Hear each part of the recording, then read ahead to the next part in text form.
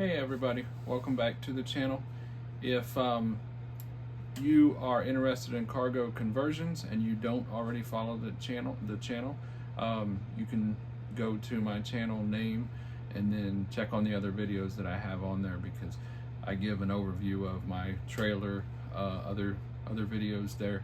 But this video, what I want to do is I want to focus in on, I want to do some videos where I dive deeper into the details on different features of my trailer or different projects that I had while I was building the trailer.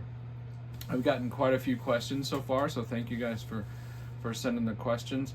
I'll do my best to keep up with responding to those, because I think that's the best part of this cargo conversion community, van life community, teardrop DIY community, etc., is because everybody just seems super helpful on responding to questions, giving feedback, ideas, etc. So it's really cool. So I'm doing these videos to kind of do my part to give back to the group, and I enjoy talking about this stuff with people, just like I know a lot of you do too as well. So this video, I want to take a deeper dive into the bathroom and the plumbing, because I get asked a lot of questions about the shower, the plumbing, the drainage, my gray tank, my black tank, water tanks, all my water tanks, and that stuff. So I want to spend some time on those.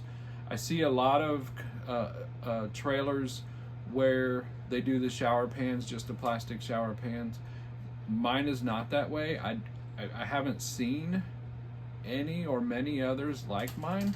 But it's fairly simple, and it's, you know, almost 2 years old now, and it seems to be holding up good. So I want to dive deeper into the bathroom and give you guys more information on that, and then also talk about like the tank placement and that stuff. So hopefully you enjoy this video. As always, you know, if you got any more questions or if you want more details about something, just send me a message, and I'll either respond to that or I'll use that topic to make another video. So thanks. Let's get into this. Okay, so we're going to start right here under the kitchen counter. And you can see my kitchen counter, the cover that comes down in front of it is simply a bed sheet that I stapled to the front of it. I talked about that in another video, but the main reason that I did that is just because it's easy. I did it temporary on our first trip just because I didn't have an idea for the doors. And once I did it, it was very convenient, so I just left it that way. It doesn't look super horrible or anything, so it is what it is. So I'll start here. The first thing I'll say is all of my tanks came from Rec Pro. It's a very, very good website that tailors to camper building. So you can buy all of, you know, your windows and all that stuff on there, switches and everything. So I have a 20-gallon freshwater tank.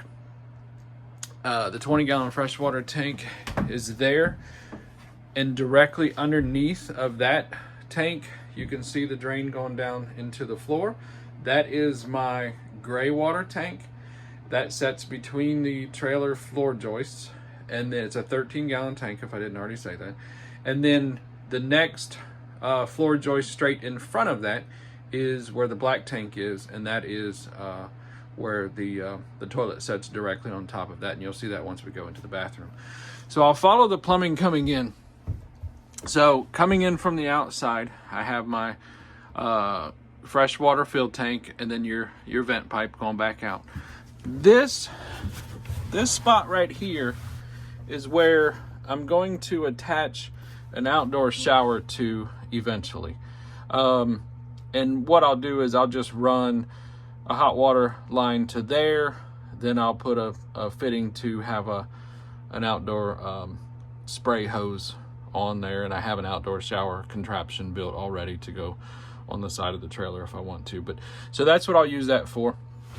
My city water hookup comes in down here, and then it runs up, you know, obviously to the shower, to the toilet, etc. The way I have it set up is I come over and I go through my pumps. If I'm running if I'm running out of my tank, I come through my pumps, and then I go to my appliance, or my, you know, shower, sink, and all that.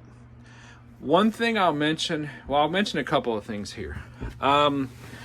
It's kind of difficult, not difficult, but it's tricky to get all these valves and everything situated and find the right hoses. And you can see that mine are kinked and they're probably not the right hoses, so eventually I'll probably redo those. This is a helpful item here, I believe. This straw is, I have it set up as a valve to be able to winterize the system. But what I also use that for is, if I'm going at an off-road park or somewhere and my 20-gallon tank runs out, I can bring in 5-gallon buckets of water, set them underneath of the countertop, flip the valves, and then I can start pumping out of the buckets versus out of my fresh water tank. And that, I've actually used it quite a bit, especially having 2 daughters with me. Sometimes we go through 20 gallons of water fairly quickly. But if it's just me, the 20 gallons lasts all weekend. It's no problem. As far as the drains, what I'll point out here is that's obviously my kitchen sink. Then it comes down. My shower pan is coming through that wall, and I'll go into detail when I get on the other side. But that shower pan, that is a that drain pipe right there is actually sitting right on top of the floor. So there's not a traditional trap on the shower pan. It's an inline trap. You can find those on Amazon, and it's right there. And that allows you to simply just run a normal like sink plumbing pipe across there with a 90 on the end of it, and then you can it just turns up as your drain. You'll see it in the shower on the other side. And then anyway, so there's the trap, comes over, and it goes down into the gray water tank. And then it's a little bit confusing, but the pipe that you can see that's going into the bathroom, that's the one that goes through the wall. The bathroom is on the other side of this wall. That pipe is actually the vent pipe, and you'll see it on the other side in the bathroom, but it goes through the wall and then it goes down through the floor and it vents underneath of the floor. I don't have any vent pipes going through the ceiling. My vent pipes actually just go underneath of the floor.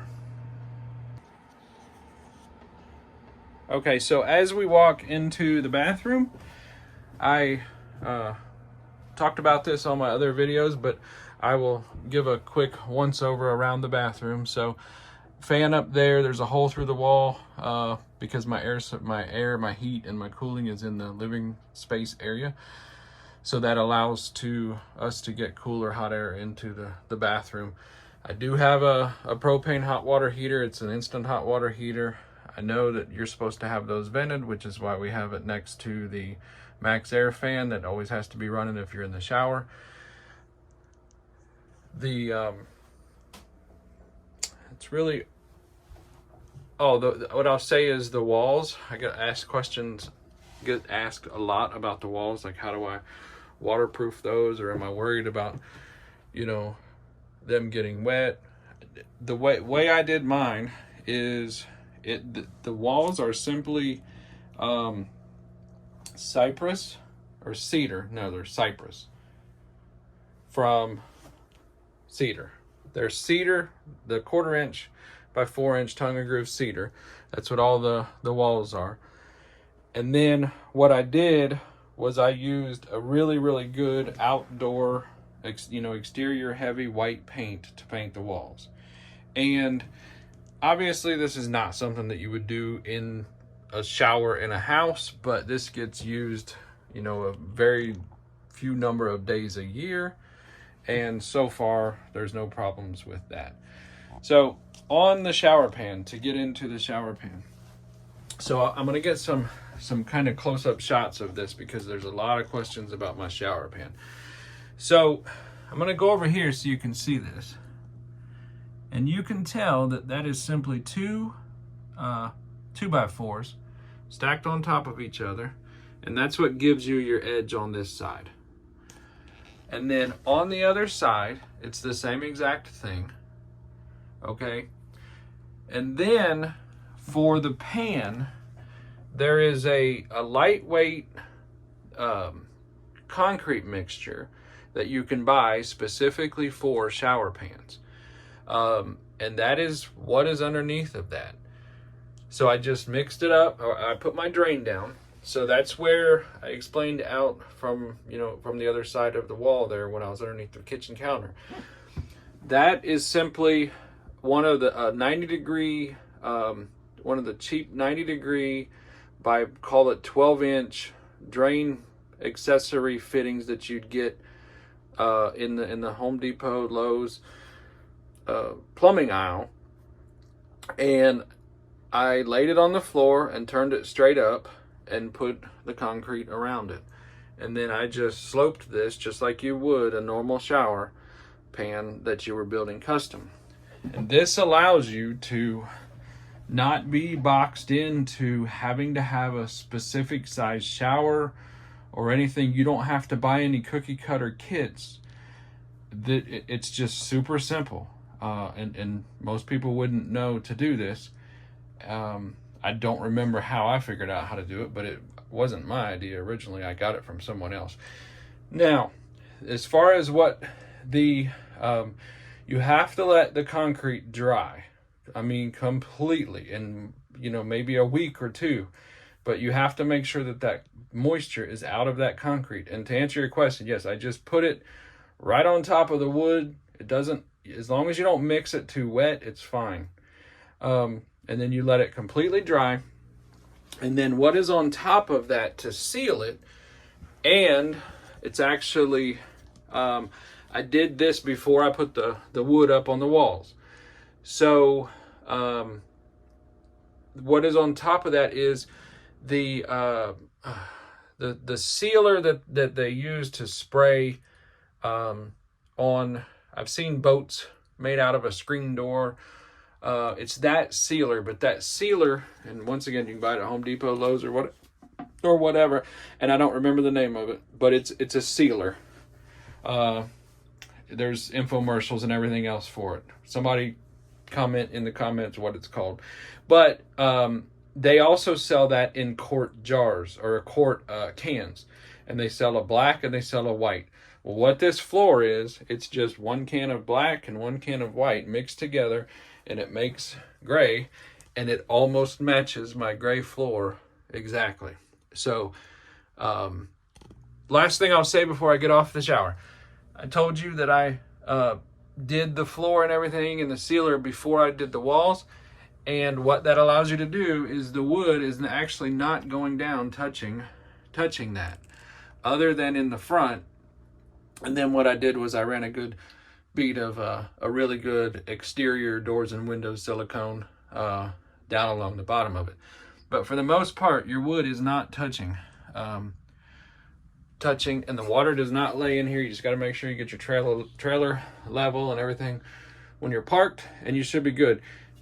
And then as far as the walls, if you want to come back every year or whatever and give them a coat of your paint, I mean, that's a cheap and easy way to not have to use all of the, all of the traditional shower making products that I personally don't think look as good as this. So this is cheaper, and in my opinion, it looks better. Now, I will go into the toilet. This is a standard RV toilet.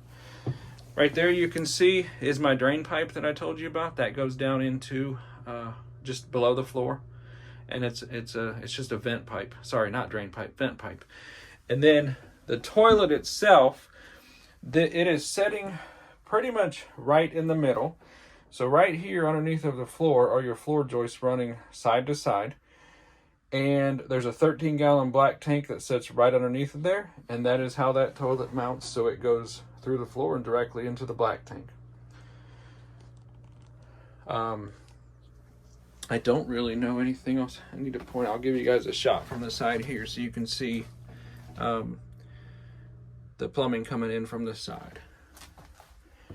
And then the rest going out, I just got places there to hang towels, and it's really convenient because the fan blows on the towels and keeps the towels dry. The door, I've mentioned this in the other video as well, but the door, this is just a cheap accordion door that latches on that magnet like that. So when you are in the bathroom, it is a good sized bathroom. The shower, and then this is what this is. That is a, if you haven't watched my other videos, I'll tell you what this is. Underneath, at the very bottom of that are the batteries. And that is a 12-volt plug-in because I bring my refrigerator up here while the trailer is while we're towing. It's a chest style refrigerator. So the batteries are down there. That's a 12-volt hookup. So I just plug the refrigerator in here. And then this mechanism here is just a simple closet. It's a closet shelf that you can find in the closet organization section at Walmart or anywhere, I think. And then that just hangs at the top. You can see it just hangs up there. And then it hangs on a piece of wood I put up there. But then it's stapled to the sides. And everything stays in there and stays organized. And if I need to get into, you could see it when I pulled this down, if I need to get back in there to any of my electrical or anything, you just simply take this out. And you're good to go there.